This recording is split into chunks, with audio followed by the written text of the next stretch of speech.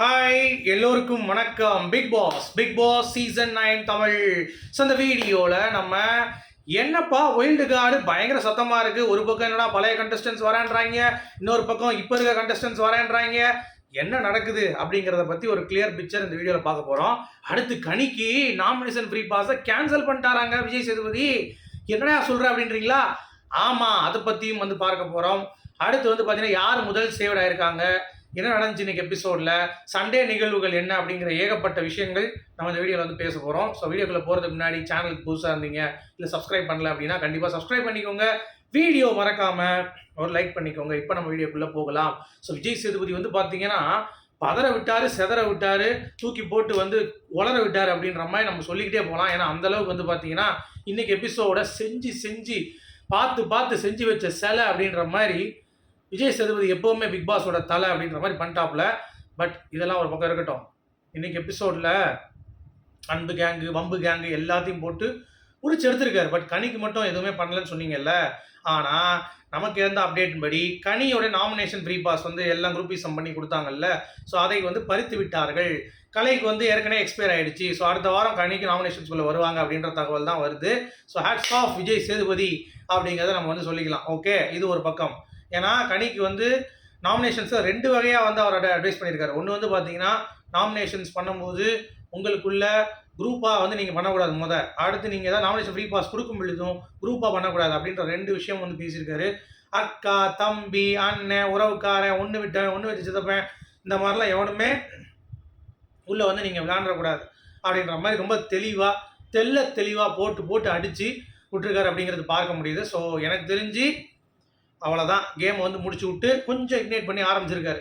Wild card Sunday உள்ளே போயிட்டாங்கன்னா அடி தூள் அப்படின்ற மாதிரி தான் வந்து சொல்ல வேண்டியிருக்கு. ஸோ ஓகேவா, ஃப்ரெஷ்ஷாக இருக்கும். நாமினேஷன் ஃப்ரீ பாஸ் இருக்காது, only captain as nomination.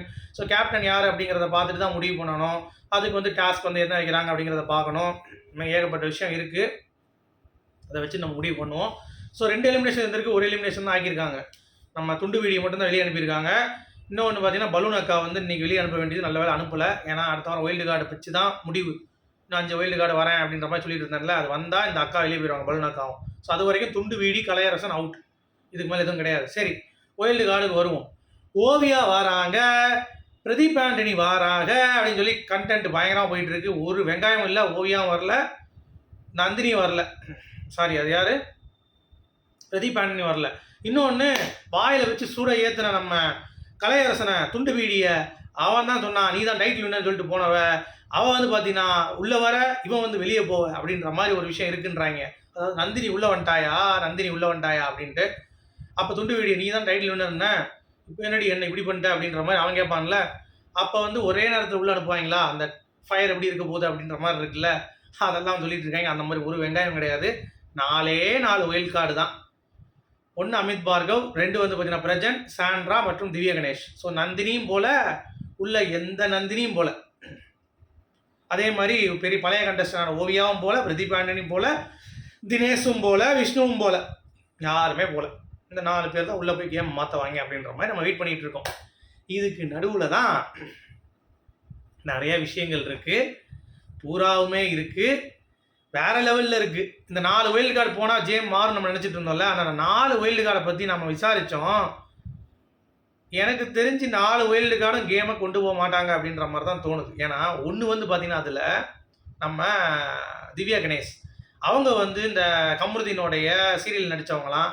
So அவங்களுக்கு கமருதீன், சபரி எல்லாமே ஒரு பாண்டிங்காக. ஸோ ஜாலியாக போய் எங்கள் வீட்டில் எல்லா நாளும் கார்த்திகை நோய் போயிடுவாங்க போல். அவங்க அவ்வளோதான் ஹோப்பு. அடுத்து வேறு யார், நம்ம அமித் பார்கவ். அதாவது ஒரிஜினலாக பிக் பாஸ் வாய்ஸ் கொடுக்குறாங்கல்ல ஒருத்தன், என்ன பண்ணுறீங்க அப்படின்ட்டு. அந்த பிக் பாஸ் உள்ள கண்டஸ்டண்ட்டாக போனால் எப்படி இருக்குமோ அதுதான் அமித் பார்கவ். உள்ளே போய் நாங்கள் பிக் பாஸ் அப்படின்னு சொல்லிட்டு தான் செய்கிறதுக்கு நம்ம திவாகரே போதும், போயா அப்படின்றவார். அப்புறம் நம்ம பிரஜன், இவன் வந்து பார்த்தீங்கன்னா சுத்திகரிக்கப்பட்ட அர்ணவ். என்னை பொறுத்த வரைக்கும் அர்ணவ் எப்படி ஆடினார் கேம், அதே மாதிரி தான் ஆட போகிறேன் அப்படிங்கிறது தான். ஸோ நம்ம பெருசாக எக்ஸ்பெக்ட் பண்ணுற மாதிரி இல்லை. ஸோ என்னைக்கு ஒரு நாள் லூஸ் ஸ்டாக் வந்து இவன் விட்றான பிரஜனு, அந்த டைமில் சாண்ட்ரா வந்து பார்த்தீங்கன்னா உள்ளே வந்து ஒரு பாடி கார்டாக என் புருஷனை பண்ணாதீங்க, என் புருஷனை அப்படி சொல்லாதீங்க அப்படின்னு சொல்லி புருஷனை காப்பாற்றுற ஜோலியை சாண்ட்ரா பார்க்கணும்னு நினைக்கிறேன். அவ்வளோதான். இதுதான் இந்த 4 ஒயில்டு கார்டு பண்ணக்கூடிய இம்பேக்ட். வெளியே நம்ம அமித் சொல்லிட்டு போனார்ல, நான் பார்வதியை போய் மரியாதை சொல்லி கொடுப்பேன், திவாகர்கிட்ட வந்தால் சண்டை போடுவேன் அப்படின்ட்டு. அப்படி போட்டாருன்னா நிஜமாவே வந்து பார்த்தீங்கன்னா நீலாம் ஒன்றுமே இல்லை, நீலாம் வேஸ்ட்டு, சீப்பாக பண்ணுற, நீ வந்து வேஸ்ட்டு, நீலாம் நாமினேஷன் வர தைரியம் இல்லை அப்படின்னு சொல்லி உன்னை போட்டு பொழந்துருவான் திவாகர். அதனால் எப்படி போகுது இந்த கேமு, எந்த மாதிரி டைமென்ஷனில் ட்ராவல் ஆகுது அப்படிங்கிறதெல்லாம் நம்ம பொறுத்து இருந்தால் பார்க்கணும். என்னை பொறுத்த வரைக்கும் இதுதான் அப்டேட்டு. ஸோ முதல் சேவ் வந்து பார்வதியும் கானா வினோத்தும். ஸோ கரெக்டாக பண்ணியிருக்காங்க ஓட்டுப்படி. கானா வினோத்தன் பார்வதி வந்து சேவ் பண்ணியிருக்காங்க அப்படிங்கிறது பார்க்க முடியுது. கலையரசன் எவிக்டட், அவ்வளோதான் நியூஸ். ஸோ உங்களுடைய கருத்துக்கள் அடுத்து வந்து எபிசோட் ரிவ்யூவில் உங்களை வந்து நான் 10:30 மணியா 10:45 சந்திக்கிறேன். சரியா? எல்லாரும் ஜாயின் பண்ணுங்கள். Thank you, good bye.